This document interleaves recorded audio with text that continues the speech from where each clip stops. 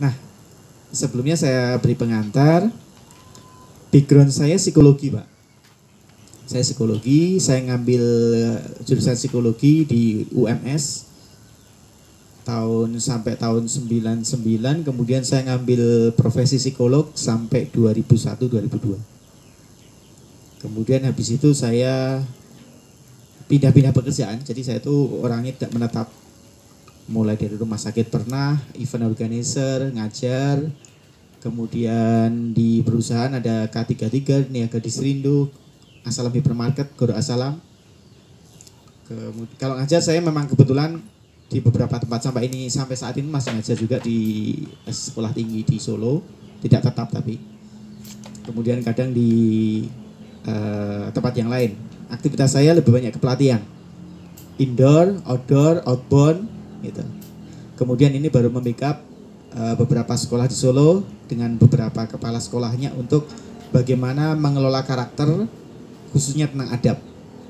Dan kita membentuk tim mulai dari rumah adab, ada juga tentang adab fighter. Jadi tujuannya bagaimana sekolah-sekolah itu adab itu bukan sekedar pelajaran tapi menjadi sebuah kebiasaan. Ini kita baru benar-benar fighter dengan tim yang ada di Solo. Ini kalau nanti jadi konsepnya kita bisa tularkan ke yang lain. Karena sekolah untuk saat ini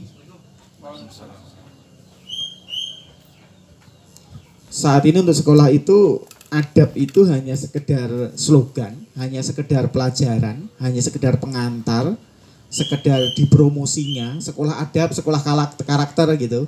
Tapi ternyata di pelaksanaannya masih kurang. Ya karena itu hanya sekedar pelajaran, bukan pembiasaan.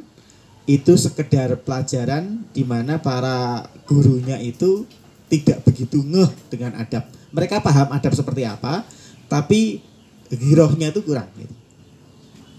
Kita harus dari gurunya ke orang tuanya, baru ke anak. Nah itu sekilas. Nah nanti untuk masalah leadership, ini kebetulan materi ngajar juga dan kebetulan saya di pelatihan di outbound untuk membentuk leadership itu kita punya tahapan-tahapan. Jadi insya Allah nanti saya bisa cerita banyak di sana. Beberapa kasus juga di perusahaan-perusahaan yang pernah saya ikuti gitu ya. Saya berharap nanti kita interaktif. Monggo nanti kalau langsung tanya boleh angkat tangan. Jadi kalau ada dalam forum majelis ini kan harus nunggu dulu gitu. Ini nggak usah. Jadi sudah ada kesepakatan sejak awal. Kalau mau tanya langsung aja nggak apa-apa. Kemudian nanti kalau saya mungkin kita bisa diskusi langsung jawab silahkan gitu. Jadi tidak ada ini ya semi formal lah gitu. Jadi jangan dianggap terlalu yang sangat serius gitu. Saya nggak tahu cara ngajar Mas Aken tapi mungkin sama gitu ya. Leadership skill di materinya ada sekian puluh slide. Nah pertama ini Pak,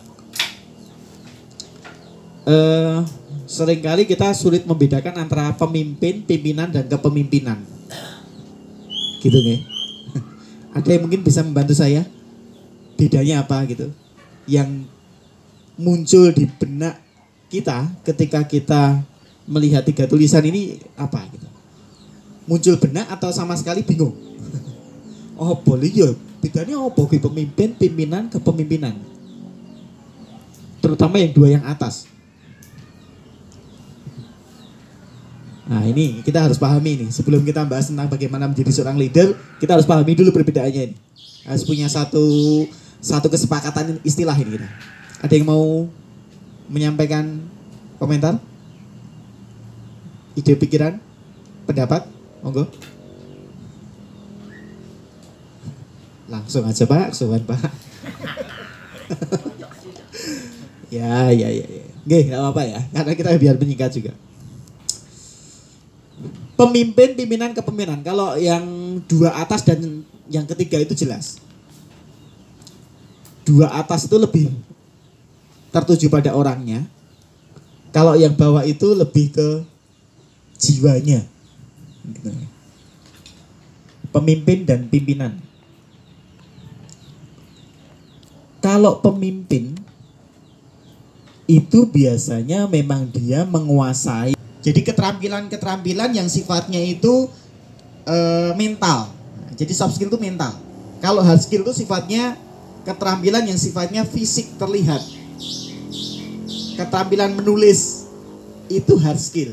Tapi apa yang ditulis itu soft skill. Gitu ya. Oke, nah. Kepemimpinan ini adalah soft skill-nya. Kalau bagaimana kita mengatur, kalau panjenengan misalnya jadi manajer, hari ini mau meeting apa, mau rapat apa, kemudian nanti menugasinya karyawan seperti apa, mengelola karyawan, itu hard skill. Ada tekniknya. Melimpahkan kewenangan, kemudian memeriksa hasil laporan, itu hard skill. Nah, kalau pemimpin itu campuran, itu udah perfect itu. Pemimpin itu orang yang ditunjuk pemimpin, itu orang yang memang secara formal, Mas jenengan jadi ketua RT nggih, itu secara formal. Ada tanda tangannya, disahkan sama Pak RW dan Pak Lurah. Itu formal. Tapi ada yang pemimpin yang sifatnya informal. Pemimpin informal itu gini.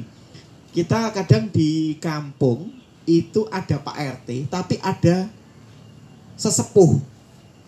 Pak RT nek arep mutuske ya dadak sowan Indonesia sepuh pripun Pak, kalau wingi nika rapat ngaten-ngaten mengke badhe bangun sing kilen nika. Nah, yang sesepuh itu pemimpin sebenarnya.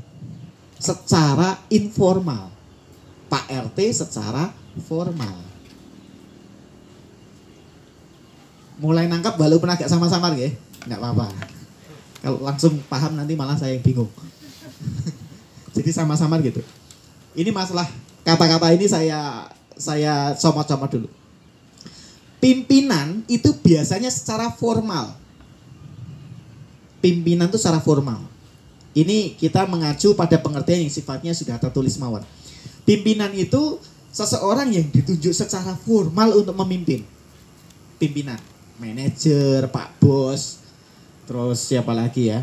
Ketua kelas, ditunjuk memang dia pimpinan.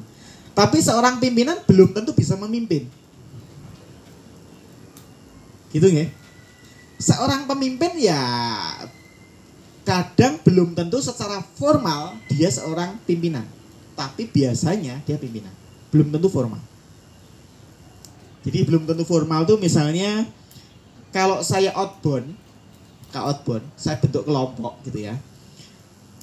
Permainan pertama bareng-bareng, nanti permainan ketiga baru dibentuk ketua kelompok. Biasanya yang ditunjuk itu orang yang paling aktif, orang yang paling mengarahkan, orang yang paling dinut, iso awake sing gede dhewe misalkan gitu. Kemudian ditunjuk. Sebelum ditunjuk, dia itu informal pemimpinnya. Wis apa manut diesek lah. Walaupun tidak ada yang nunjuk dia seorang pemimpin, itu namanya informal. Oke, kembali ke sini. Seorang pemimpin itu biasanya lebih kuat secara informalnya. Kalau pimpinan memang secara formal ditunjuk. Tapi seorang pemimpin itu kadang ya bisa jadi formal, tapi secara informal dia kuat. Terlihat banget kalau dia itu memang seorang pimpinan, leader. Nah, kalau kepemimpinan itu dia secara jiwanya itu memang mampu sebagai seorang pemimpin. Nanti pengertiannya dicari walaupun agak bundet karena saya tidak memberikan adalah gitu enggak. Jadi pengertian nangkapnya jenengan ditulis sendiri. Jadi kalau pemahaman kami yang saya jelaskan adalah seorang pemimpin itu adalah orang yang mampu secara soft skill dan hard skill. Oke. Dia mampu secara hard skill, memang dia mampu memimpin rapat, mengumpulkan orang, menyuruh, menugasi, memeriksa, mengevaluasi, mengontrol, dia mampu. Secara manajemen dia mampu. Tapi secara soft skill dia juga bisa. Soft skill itu menyuruh tuh gini misalnya. Mas nanti mejanya itu di belah sana ya, itu menyuruh. Ya, orang mungkin ya wis lah nyuruh. Tapi orang yang melakukan belum tentu semangat. Tapi seorang pemimpin yang bagus, bagaimana yang disuruh itu semangat. Misalnya contoh, Mas, nanti kita tuh ada rapat. Waalaikumsalam. Kita ada rapat 1 jam lagi itu dari kementerian tuh Mas. Enaknya biar sini terlihat bersih gimana ya? Itu mejanya singkir. Oh iya Pak, singkirkan aja Pak. Nanti gini deh, Saya tak ngurus sana, jenengan sini, jenengan atur nggih. Siapa? Beda. Pemimpin yang bagus, yang memiliki jiwa kepemimpinan tuh sifatnya menggerakkan. Bukan sekedar menyuruh, tapi menggerakkan. Jadi bukan sekedar ya nek disuruh kabeh gelem mung karo atasane. Tapi belum tentu tergerak. Cirine apa? Orang yang cuman sekedar disuruh itu ya geraknya cuman itu, nek selesai ya selesai. Resi ana mejane dipindah ya gur mejane tok. Iki reget ya itu enggak, aku ora disuruh ngresiki kok. Bedanya itu. Nanti lebih dalam kita bahas lagi bagaimana menggerakkan itu. Tapi ini masalah pengertian dulu. Seorang pemimpin itu memang dia komplit secara formal dan informal, secara hard skill dan soft skill. Nek pimpinan itu secara formal, dia ditunjuk untuk memimpin. Nek kepemimpinan itu memang jiwa, sebuah jiwa itu, sebuah kemampuan mental yang harus dimiliki oleh seorang pemimpin. Ada yang mau ditanyakan dulu? Jenengan nangkepin apa? Saya dulu itu kelingan kalau nyatet dari guru itu tidak pernah ini runtut di bawahnya, tidak kayak panah, tak kayak gini gitu. Itu ternyata lebih mudah daripada ini adalah. Kadang kan tanya ragatok iki mau terus opo ya panah wes rek. Iki dibuderi, iki panah kene dihubung karo ngisore gitu, kayak apa gitu. Itu lebih paham nanti. Karena ini kita ini sifatnya belajar untuk bisa, bukan belajar untuk menghafal. Beda. Kalau untuk menghafal, pemimpin adalah gitu kan, itu menghafal. Ini kan enggak. Yang dituju adalah pahamnya, bukan hafalnya. Lanjut nggih? Lanjut. Nah ini, seorang leader itu dia pimpinan dan pemimpin itu bisa kemampuan leadershipnya. Ini saya nggak bawa PowerPoint soalnya. Jadi ini kemampuan soft skill, ini hard skill. Seorang leader, apapun sebutannya, karena sebutan ini kadang kita nggak bisa, oh nek ngono ki kudune pimpinan, nggak bisa seperti itu. Tapi pikiran kita pokoknya seorang pemimpin yang baik itu harus menguasai leadership dan manajerial. Harus menguasai soft skill dan hard skill. Harus menguasai kemampuan mental dan kemampuan secara fisik. Akal.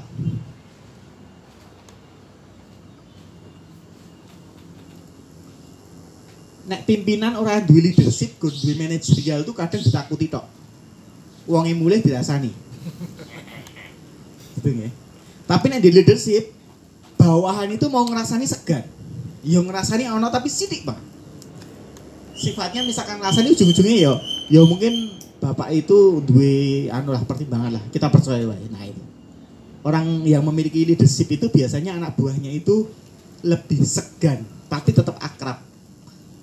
Jadi bukan takut tapi segan, bukan jauh tapi akrab. Saya tuh pernah punya pimpinan, jadi direktur. Jadi kita ada perusahaan besar. Jadi saya dulu ketika di Aslam Hypermarket Goro itu kita di bawah 3 Serangkai Group. 3 Serangkai Group banyak banget perusahaan. Nah ada satu sosok nama itu direktur di 3 Serangkai Group. Itu dengan sing duwe wis levelnya di bawahnya tok gitu. Nah, kebetulan kita waktu itu punya hobi yang sama. Touring. Senangan pit-piton gitu kan. Nah, saya dengan beliau ini, bapak ini, beliau nyebut saya itu bro. Piye bro? Sesuk enak-enak dina iki. Akrab. Karena kita kebetulan tim outbound. Outbound kita sampai Bogor, sampai Puncak, sampai macam-macam. Bro. Suatu saat di perusahaan saya itu ada pelanggaran. Ada pelanggaran. Mau nggak mau saya harus bertanggung jawab. Dan saya dipanggil nih sama bapak ini. Lewat sekretarisnya saya diminta datang ke kantor pusat jam 10. Setengah 10 saya udah duduk di sana. Duduk. Bapaknya belum datang, ada rapat yang lain, tiba-tiba beliau datang dan, oh Pak Haryadi silakan. Nyebutnya udah beda. Pak Haryadi silakan duduk sini. Mau minum apa? Air putih aja, oke. Ini silakan duduk. Terima kasih Pak Haryadi udah datang hari ini. Beda. Ngomongnya wis ora bro meneh, ora basa Jawa, tapi Pak Haryadi hari ini secara formal dia ngomong. Kenapa?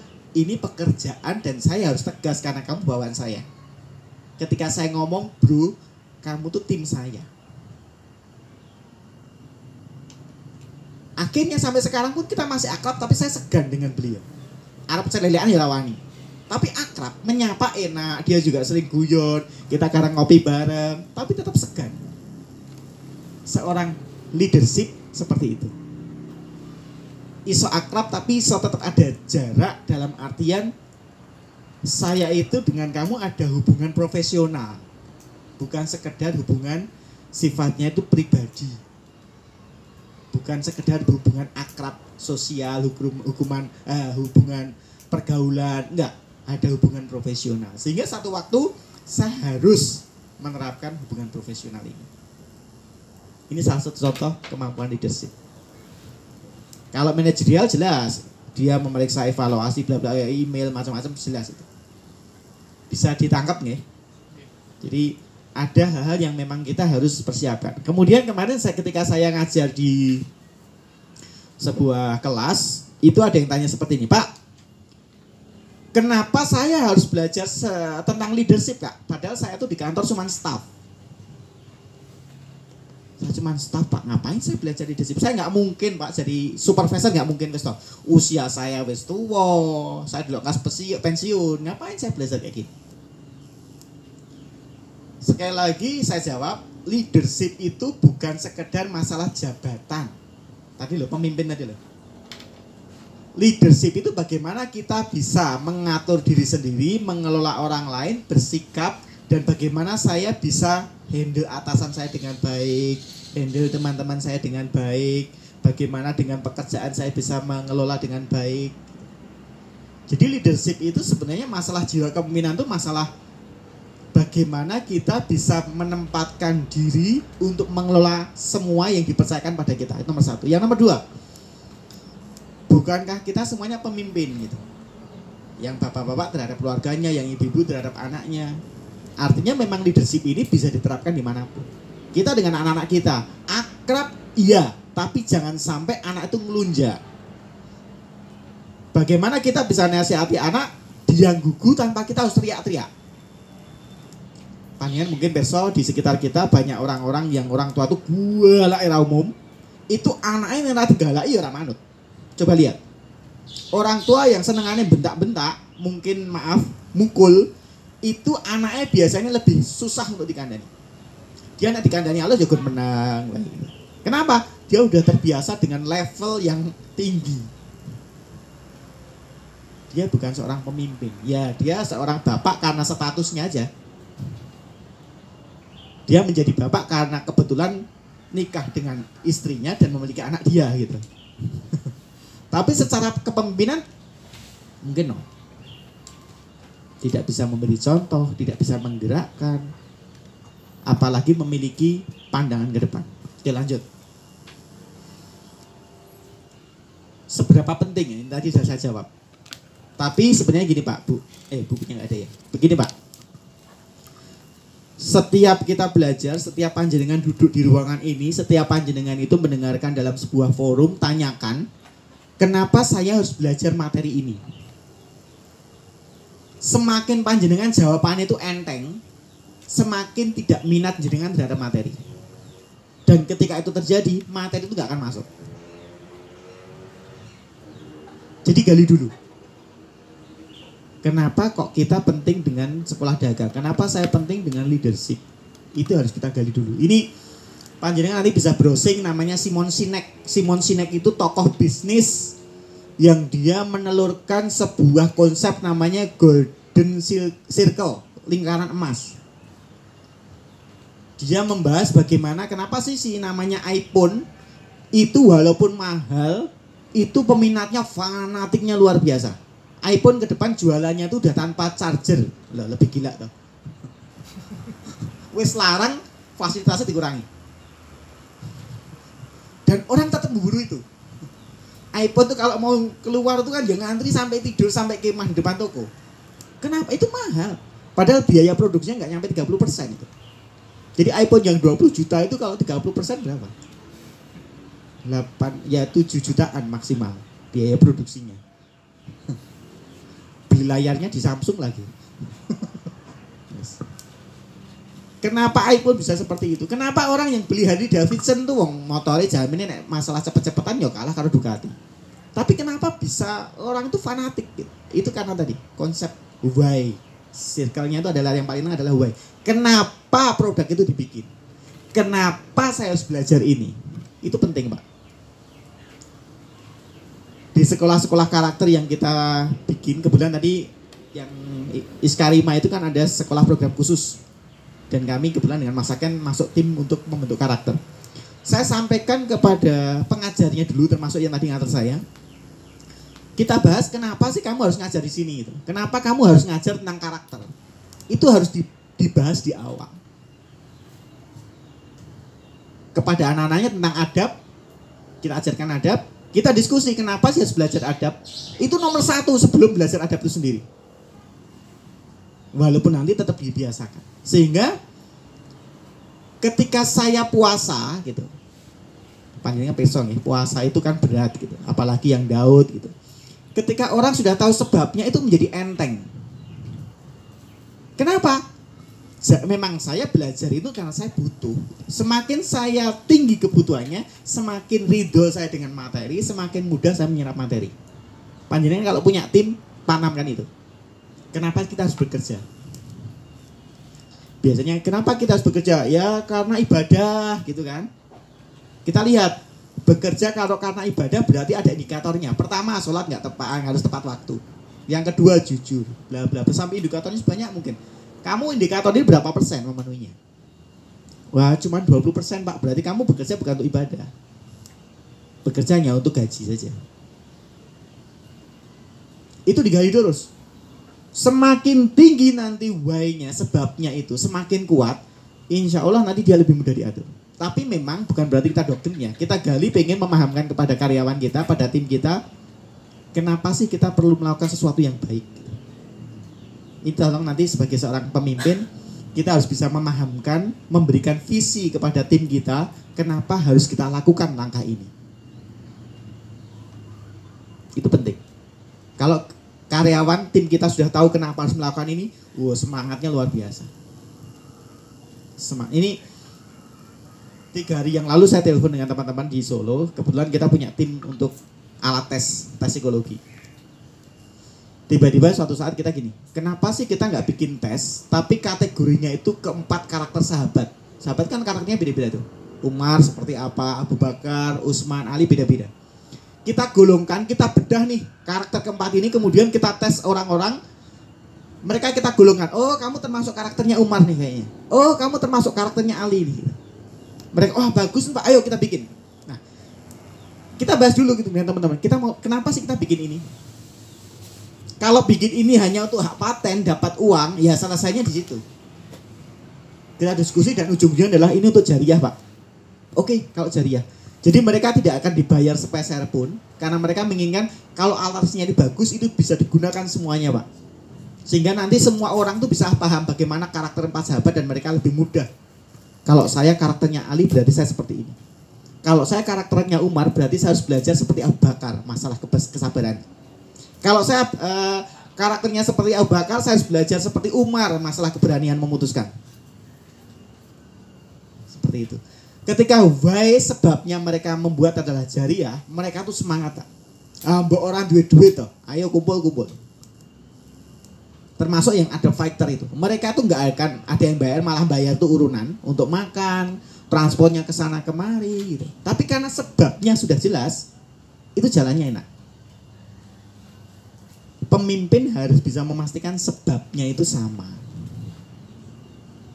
Pentingkah? Mengapa sih ini penting? Itu harus dijawab di awal. Lanjut. Nah ini, kalau kita nggak memahami seberapa penting leadership bagi kita, ya kita leadership tidak lah apa. Pokoknya aku iso mimpin, gue nek iso aku lek uang tak bayar selesai. Ini saya ngutip beberapa hadis tentang pemimpin. Rasulullah bersabda, ada 7 golongan yang akan mendapat naungan Allah pada hari akhir, kecuali naungan Allah pada hari yang tiada naungan kecuali naungannya, yaitu pemimpin yang adil. Ini kenapa kita harus menjadi pemimpin yang baik. Ini sebabnya kita udak-udak dulu. Yang kedua, Rasulullah bersabda, sesungguhnya orang-orang yang berlaku adil di sisi Allah laksana berada di mimbar yang terbuat dari cahaya. Mereka itu orang-orang yang berlaku adil dalam memberikan hukum kepada keluarga rakyat yang mereka kuasai. Yang ketiga, saya mendengar Rasulullah bersabda, penghuni surga itu terdiri kelompok, yaitu penguasa yang adil lagi disenangi. Salah satunya itu. Ini salah satu landasan kita kenapa kita harus menjadi seorang pemimpin. Menjadi pemimpin yang baik itu penting. Menjadi pemimpin itu kepastian bagi seorang laki-laki. Tapi menjadi pemimpin yang baik itu pilihan. Saya ulang, menjadi seorang pemimpin bagi laki-laki itu kepastian, pasti itu. Tapi menjadi pemimpin yang baik itu pilihan. Monggo, terserah. Oke, lanjut.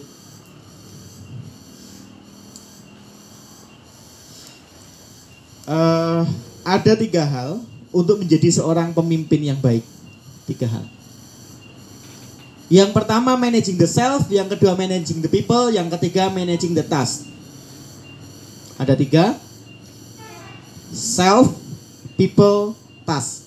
Bagaimana kita mengelola diri, mengelola orang, mengelola tugas atau tujuan atau target. Ini urutan. Jadi kalau ada pertanyaan, Pak, bagaimana menjadi seorang pemimpin? Nomor 1 adalah kelola diri sendiri dulu. Kita nggak mungkin bisa mengelola orang-orang dan tugas dengan baik kalau kita tidak bisa mengelola diri sendiri.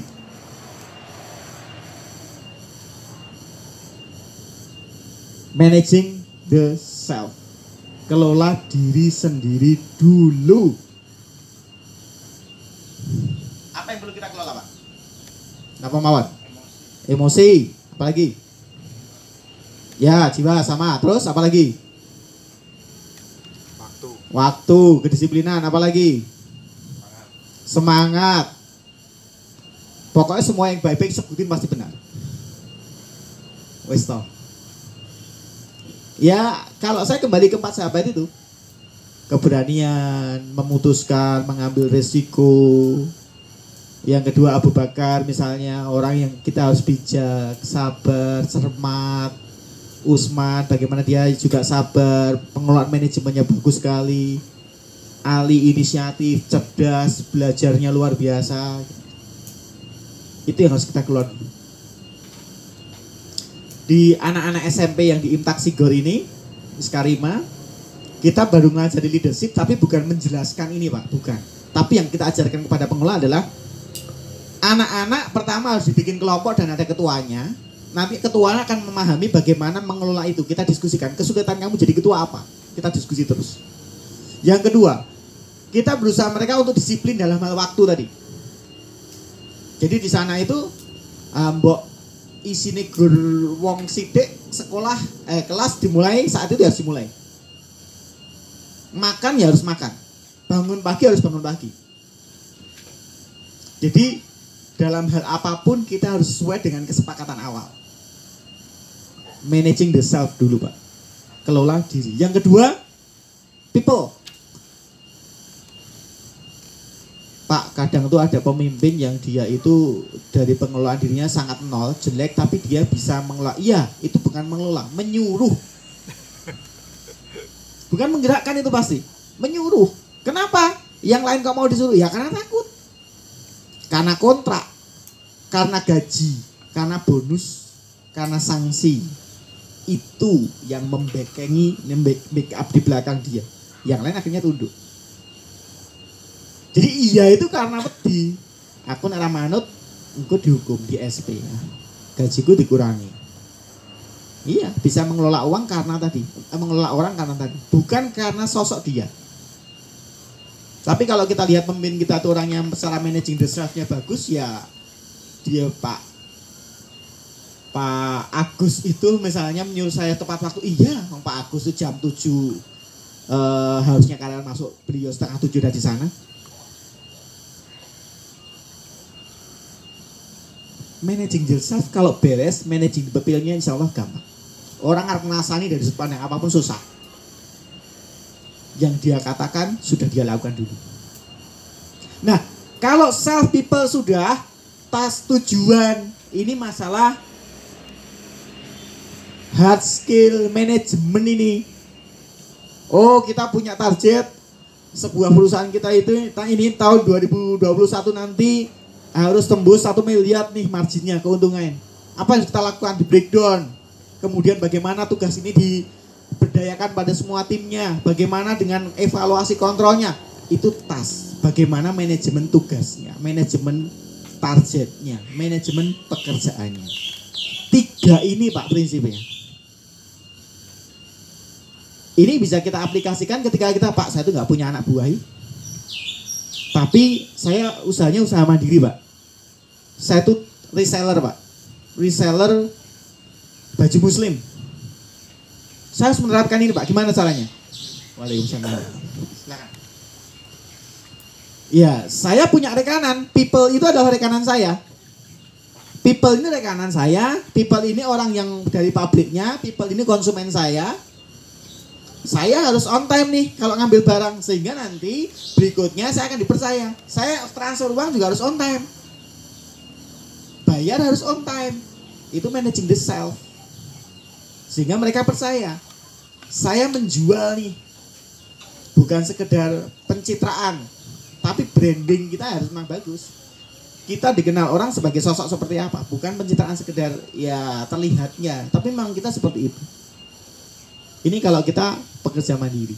Di rumah sebagai seorang bapak, ya seperti itu sama. Biasa kita bangunkan anak tepat waktu sholat subuh, kalau kita subuh aja belum bangun. Pokoknya kamu tuh kan sekolahnya di pondok. Kamu kan sekolahnya lulusan pondok. Subuh ya harus ke masjid. Bagaimana kita bisa nyuruh orang lain kalau kita subuh aja belum bangun? Anak ya, bapakku jan, tak tunggake, muga-muga. Belum lagi nanti harus mengelola tas tugasnya, bagaimana memanage uang. Oh, anak saya besok harus masuk kuliah, saya harus seperti apa gitu. Pemimpin yang baik, seorang ayah yang baik sebagai seorang pemimpin, dia bisa 3-tiganya. Dirinya sebagai contoh. Menasihati orang itu ada 2, Pak. Dengan lisan. Lisan itu bisa dengan tulisan, dengan omongan. Yang kedua itu dengan visual. Visual itu apa yang saya lakukan itu nasihat bagi orang lain. Jadi panjenengan kalau punya keluarga di rumah, nasihatkan secara lisan dan visual. Nah, besok sholat subuh di masjid tuh ya, itu secara lisan. Besok pagi-pagi udah ke masjid kita sebelum adzan, itu nasihat visualnya. Oh, bapak saya menasihati saya suruh ke masjid dan beliau menjadi contoh. Jadi nasihat visual itu teladan. Sebenarnya seorang pemimpin itu nggak susah, Pak. Secara teori. Secara teori nggak susah. Prakteknya yang setengah mati. Yang paling saya yang mana? Yang nomor 1.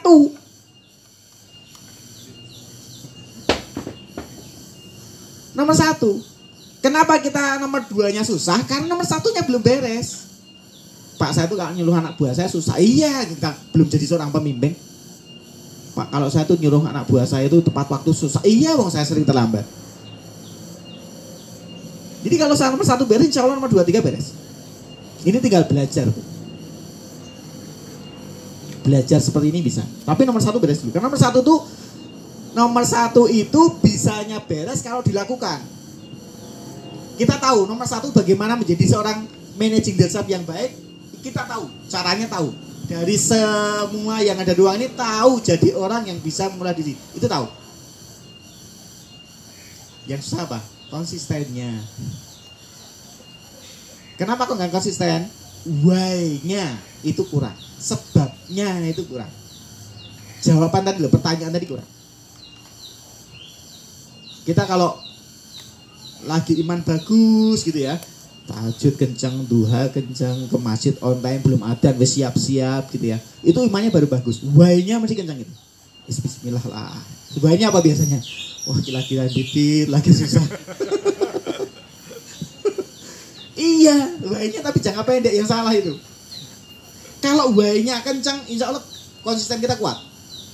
Kenapa kita nggak konsisten? Karena why-nya kurang. Sebabnya why, WHY itu. Ini kalau tadi Simon Sinek itu adalah dari bisnis, why. Dalam psikologi itu ada motivasi. Motivasi itu yang mendasari perilaku seseorang, hampir sama. Kalau dalam agama ada niat. Ina amalu biniat. niatnya, seberapa kenceng niat kita, seberapa kuat niat kita. Sama. Basicnya dari dalam diri dulu, baru nanti keluar. Kalau keluarnya kok nggak konsisten, dalam dirinya harus diperbaiki dulu. Managing the self, people, task. Sekali lagi ilmu leadership ini cuma sekedar saya menuliskan dan panjenengan, oh iya benar, ya emang seperti itu Pak, benar Pak, ya tiga itu betul. Kita sudah tahu sebenarnya. Saya cuma membawakannya saja, mendeskripsikan yang susah tadi. Bagaimana kita konsisten. Melakukan hal baik itu mudah, tapi konsisten dengan hal baik itu yang setengah mati beratnya. Oke. Ini lebih ke teknis sekarang. Panjenengan berarti udah nggak asing dengan kata-kata ini ya. Ini gaya kepemimpinan. Demokratis, otoriter, bebas. Mana yang paling bagus? Demokratis. Bagus, iya, tapi tidak selalu bagus. Nah ini kita sekarang kita karena waktunya mepet kita nggak perlu diskusi lebih banyak. Tapi kalau mau tanya komentar bisa langsung.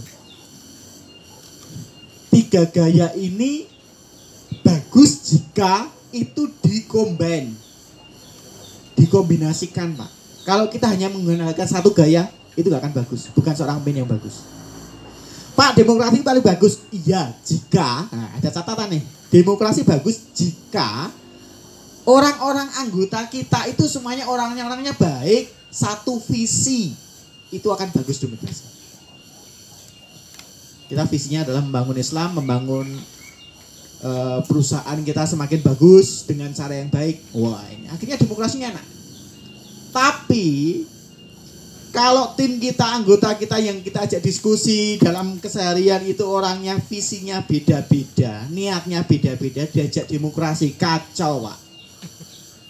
Satu kelompok bahas tentang undang-undang korupsi, separuhnya koruptor Pak. Coba ajak demokrasi, bubar undang-undang itu. Kenapa? Kepentingan. Jadi demokrasi bagus jika tadi anak buah kita udah kita percaya secara kemampuan bagus nih. Mereka paham, visinya paham, mereka punya ketentuan yang bagus, mereka semuanya secara disiplin, semangatnya bagus. Oke, kita demokrasi yuk. Kita ngobrol. Dengan catatan tadi. Tapi kalau tim kita semuanya baru, kita ngangkat, kita baru punya perusahaan baru, tim kita ada 10 orang, semuanya karyawan baru, tidak demokrasi, nggak jalan Pak. Tak jamin itu. Mereka masih bingung kan begoneng di perusahaan. Kalau yang baru-baru masuk bagusnya otoriter Pak malah. Iki dari semua ini kayaknya ada separuh atau mungkin seperempat nih kayaknya perilakunya kurang bagus. Saya nggak bisa demokrasi. Otoriter. Saya nggak mau tahu besok pagi laporan nyampe meja saya jam 8. Wah Pak jangan gitu Pak. Nek kita demokrasi dituruti ya jam berapa? Jam 1 Pak gitu kan. Jajak pendapat, oke jam 1. Wes, kasih do, bagus itu. Kalau kita melihat ada sesuatu yang menyimpang, tidak disiplin atau tidak bisa maksimal, jangan demokrasi, otoriter. Tapi dengan cara yang bagus. Tolong ya. Loh Pak gini ya udah diselesaikan nanti. Pak tapi kan iya dibantu yang lain nanti. Jam 7 ya, sampai meja saya.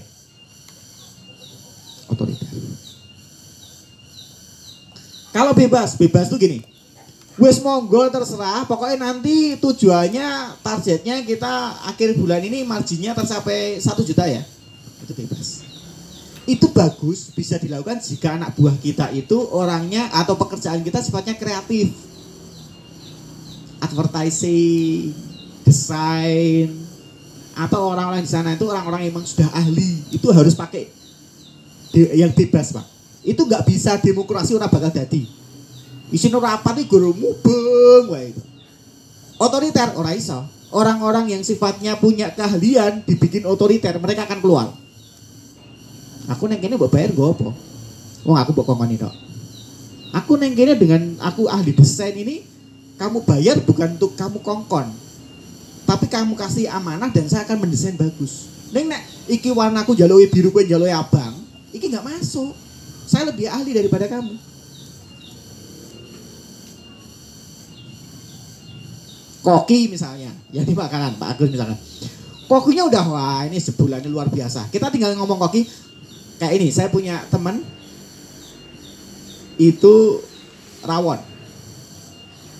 rawon dari Jawa Timur tuh cenderung asin dan pedes. Nah, ketika kita datangkan, kita cuman, Mbak, di sini tuh orang Solo ada manisnya ya.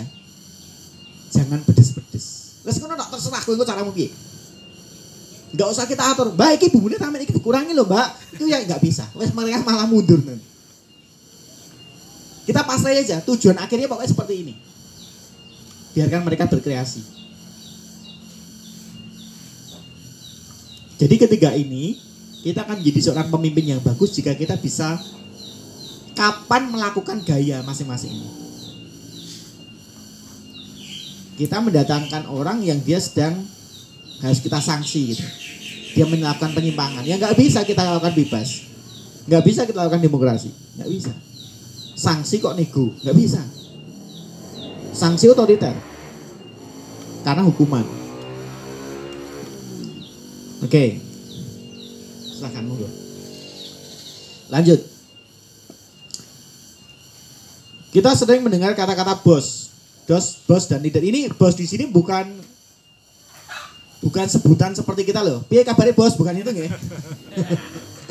Tapi mewakili sosok yang bosi itu orang yang gayanya itu bos, bukan seorang pemimpin. Jadi pemimpin dan bukan pemimpin gitu aja.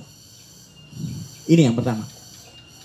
Bos itu memberikan perintah, seorang pemimpin itu menasihati, memberitahu. Tadi pemerintah cuma sekedar mindah, yang satu ini nanti ada pertemuannya semuanya itu orang-orang sepuh. Nanti gimana? Ya, dia akan melakukan sendiri itu. Kalau komen memberikan perintah itu biasanya nanti selama 5 tahun anak buah kita ya bisanya cuma disuruh. Tapi kalau memberitahu, mengajak diskusi, 10 tahun lagi anak buah kita sudah jadi pemimpin dan kita jadi pemimpinnya pemimpin. Perusahaannya udah autopilot. Kita mancing, perusahaannya jalan. Kalau kita memberitahu, bukan sekedar menyuruh. Yang kedua, bos itu mendrive, drive itu ngatur banget. Terus pokoknya kudu ngene. Yang satu, coach itu membimbing. Ya, bos itu mengatur, pokoknya kudu saklek, kudu ngene. Kalau seorang pemimpin itu membimbing. Kesulitannya di mana? Gitu. Bos itu menggunakan people, jadi memanfaatkan. Kalau leader itu mengembangkan. Jadi seorang pemimpin cirinya adalah dia bisa mencetak pemimpin yang baru. Pebisnis itu bisa mencetak pemimpin baru, seorang pebisnis. Tapi pedagang atau sekedar berjualan sekedarnya, ya dia memanfaatkan orang-orang hanya untuk disuruh. Seseorang yang jiwanya itu bukan pemimpin, dia 10 tahun jualan bakso, ya jualan dia ya akan mulai memasak sampai ngedoli. Dia terus. Tapi seorang pebisnis itu cuma tahun pertama. Tahun berikutnya dia sudah sekedar membuat bumbu dok. Tahun berikutnya dia sudah tinggal ngontrol saja. Tahun berikutnya dia mancing, dia berkuda, dia panahan, perusahaannya jalan. Karena dia mencetak pemimpin baru.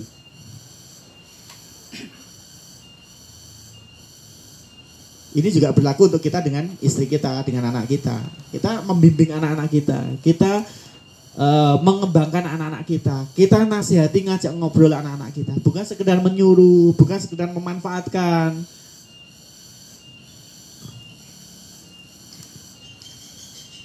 Seorang bos itu menyalahkan jika ada kesalahan. Tapi seorang pemimpin itu memberikan solusi. Solutif. Urip ki sing solutif gitu loh. Jadi seorang pemimpin itu bisa membantu menyelesaikan. Walaupun dengan cara bukan berarti terus gini loh ya. Oh ada masalah, kemudian pemimpin datang. Oh enggak, nanti gini aja, bukan itu. Bukan mendikte, tapi mendiskusikan, membimbing sehingga mereka itu bisa menyelesaikan masalah berikutnya. Kalau seorang pemimpin selalu memberikan penyelesaian solusi terus, itu nanti anak-anaknya, anak buahnya itu ya sekedar pelaksana. Tapi kalau kita membimbing orang-orang untuk berpikir bagaimana jika ada masalah seperti ini, pertimbangannya seperti apa, yang dilakukan seperti apa, ya berikutnya masalah dia akan menyelesaikan dengan sendirinya. Jadi bukan menyalahkan. Menyalahkan itu jika 2-3 kali sudah melakukan kesalahan yang sama, kita bisa menyalahkan. Jika sampai 5 kali kesalahan sama, itu kesalahan kita. Kenapa? berarti kita tidak bisa memberikan solusi atas masalah yang berulang. Kalau kita sudah, iki dikandani bola bali, wis nganti kesel aku ngandani ora berubah, sing ngandani sing salah. Cara ngandani harus berubah. Okay. Nah, nanti kita mungkin ke depan bisa ngobrol masalah bagaimana mengenal karakter orang lain dan karakter A harusnya seperti apa. Itu ada nanti. Lanjut. Belum lanjut kan? Oh iya. Kembali yang leader set tadi deh. Itu berapa persen seorang leader itu menguasai skill? Misalkan